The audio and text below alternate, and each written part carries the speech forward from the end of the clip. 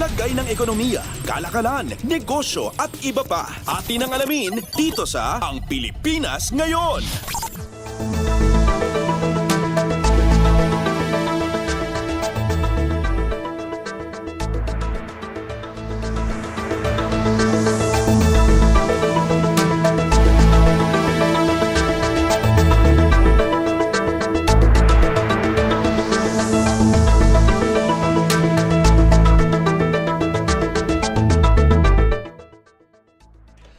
Magandang araw, narito ng mga nangungunang balita sa larangan ng pagnenegosyo at kalakalan.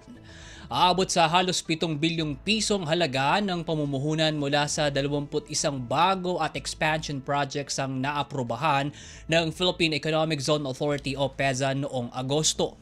Ayon sa ahensya, Agosto 27 nang aprubahan ng kanilang Board of Directors ang nasa 6.978 billion pesos na investments na inaasahang makalilikha ng 2,300 trabaho sa bansa. Bukod sa karagdagang trabaho, inaasahan ding makaambag ang mga proyektong ito ng nasa 96.6 million US dollars sa Philippine exports kada taon.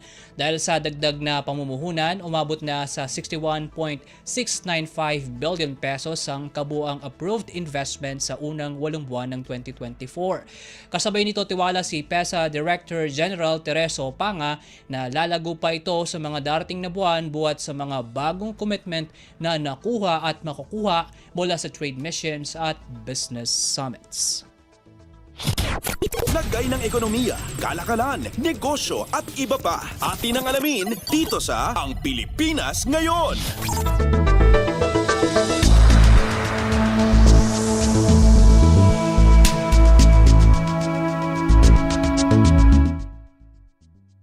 Sa iba pang balita, nasa magandang posisyon pa rin sa bentahan ang Philippine automotive industry sa kabila ng pag-alat ng sales sa passenger cars noong Agosto. Sa joint report ng Chamber of Automotive Manufacturers of the Philippines Incorporated o CAMPI at ng Truck Manufacturers Association o TMA, nakapagbenta ang industriya ng 39,155 units ng mga sasakyan noong nakaraang buwan, 6.6% na mas mataas kumpara sa August vehicle sales noong nakaraang taon.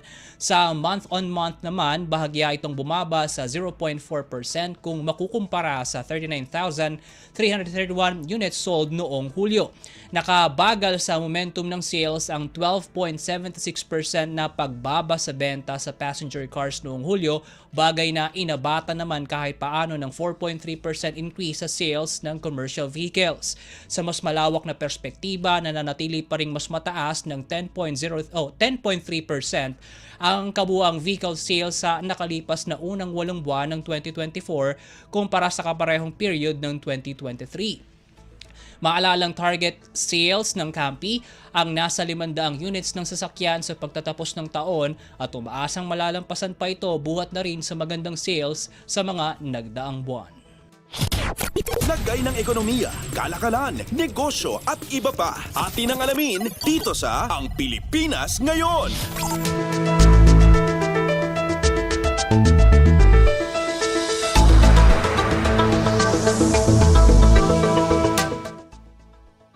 Tatayo bilang bagong Executive Vice President at Chief Operating Officer o COO ng PLDT Incorporated si Menardo Jimenez Jr. Sa inilabas na regulatory filing ng kumpanya, iniulat nito ang pag-aproba ng Board of Directors sa appointment paper ni Jimenez sa nasabing posisyon. Naging epektibo ang pagkakatalaga kay Jimenez nitong Setyembre 17. Bago may talaga bilang COO, nagsilbing Senior Vice President at Network Head si Jimenez sa Pangilinan-led company.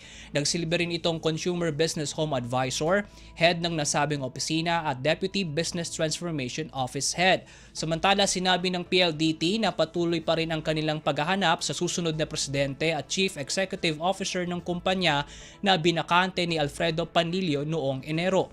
Kasalukuyang hinawakan muna ni PLDT Chair Manuel V. Pangilinan ang mga nabanggit na pwesto.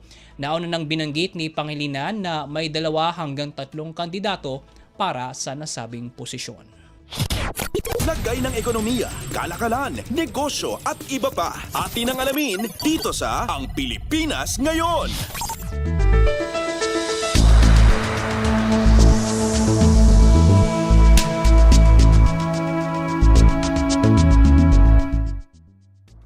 At yan po ang mga nangunang balita sa larangan ng pagninegosyo at kalakalan ngayong araw. Para sa Radyo Pilipinas World Service, ako po si Win Peñano. Maasensong araw po sa ating lahat. Lagay ng ekonomiya, kalakalan, negosyo at iba pa. Atin ang alamin dito sa Ang Pilipinas Ngayon.